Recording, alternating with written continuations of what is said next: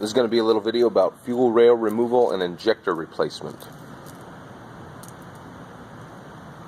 So I've started by removing the 4 T30 bolts that hold the rail to the intake manifold. And disconnected the fuel line, which is 17 millimeter. Next I'm going to be cutting the 6 zip ties that hold the harness onto the rail.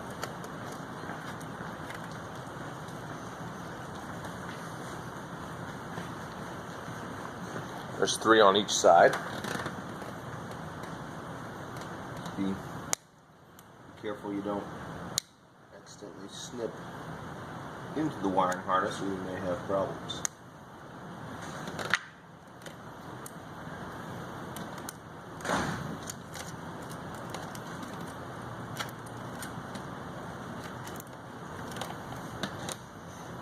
So to get the injector out of the manifold is just an O-ring press fit. So we're just gonna, I've already loosened this one, but just kind of pull up gently and it should kind of pop right out, one side at a time.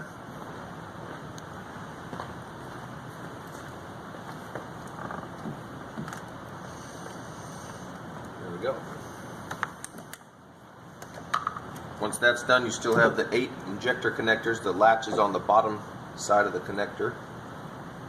You just lift that with your finger and pull the connector out.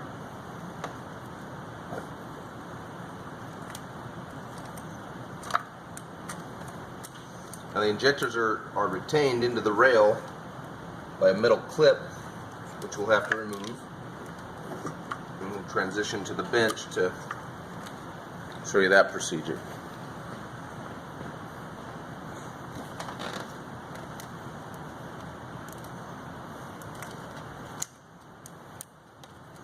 There's nothing too complicated or technical about this. Just always, when you're working with fuel, keep in mind that it can cause a fire if you're not careful. So the rail right under here, I just want to show you this real quick. The rail goes underneath this vacuum line on the driver's side rear, so we're just going to pull this hard plastic line out of the rubber nipple so we can get the rail by it. Now we have the rail loose. We'll take it over to the bench to remove the injectors.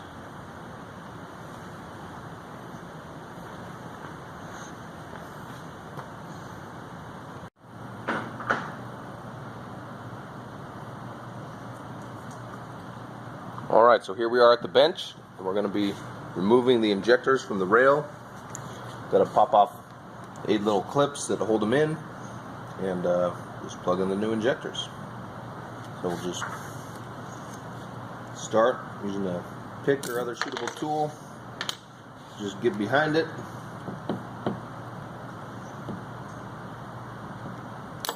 lift the latches. And pull it toward the rear on this side. The injectors are going to be oriented in the same way.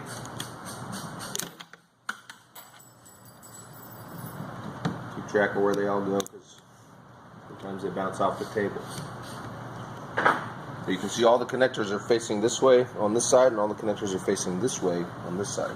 So just maybe take a picture beforehand. You can obviously use this video as a reference of how it should be. But make sure you put them on the right way.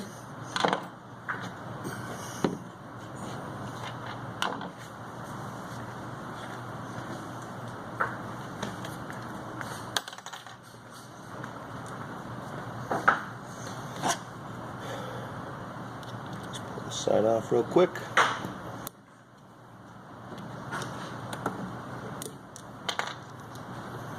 Again, nothing complicated about this. Just be patient. Try not to stab yourself. I've done that plenty of times.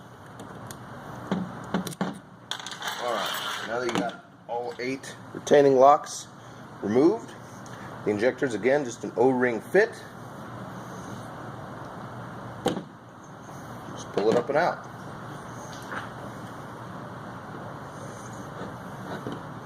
Sometimes they're a little tight, but just give them a little wiggle, and they will all come out.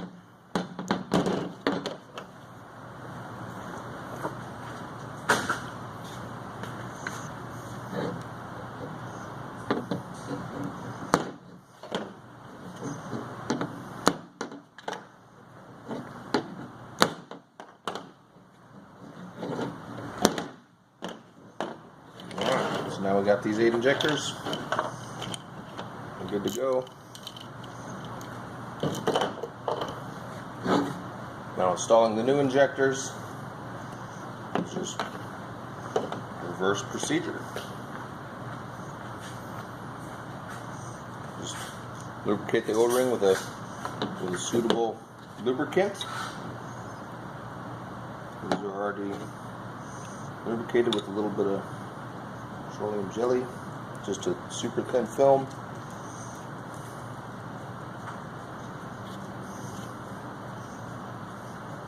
And you can see they just slide right in.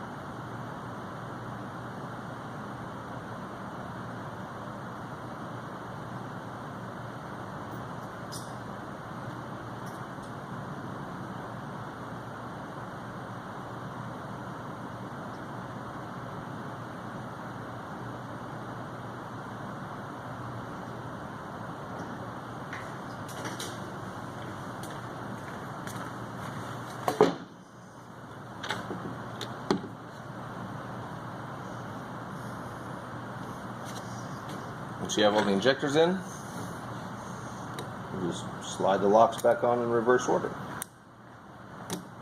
There's a groove in the injector body that the lock fits into, so just make sure you got that lined up. And there's a little tab right here that fits into like a recess in the clip that fits a protrusion on the injector body, just to keep it aligned in the correct direction. So, it should be obvious to you, but just pay attention to the orientation. If the injector doesn't go on all the way, or the clip doesn't go on all the way rather, just fiddle with it until you get those locks lined up.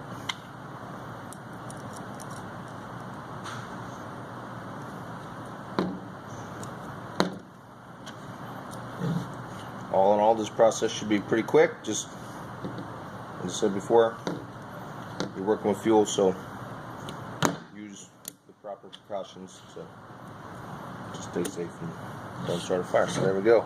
Got all the new injectors installed in this fuel rail and ready to install it back in the car.